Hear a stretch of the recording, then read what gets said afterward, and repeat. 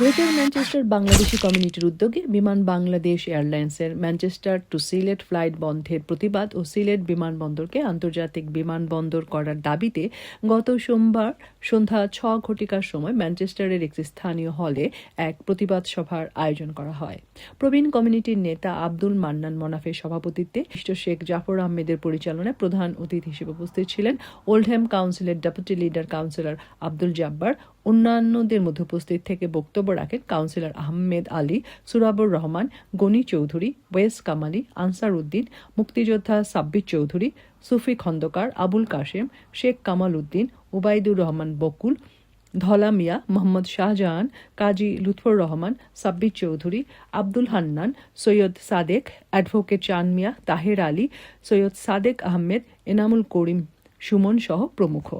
বক্তারা Manchester two Sylhet flight বন্ধ করায় ক্ষোভ প্রকাশ করে অতি বিলম্বে দেশের সাথে প্রবাসীদের বন্ধন অটুট রাখতে পুনরায় এই ফ্লাইট চালু রাখার জোর দাবি জানান এবং সিলেট বিমানবন্দর থেকে শীঘ্রই পূর্ণাঙ্গ আন্তর্জাতিক বিমানবন্দর করার আহ্বান জানান।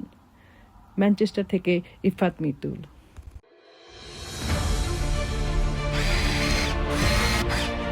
আলোতে থাকুন, ফোকাসে থাকুন, হাত রাখুন প্রজন্মের হাতে।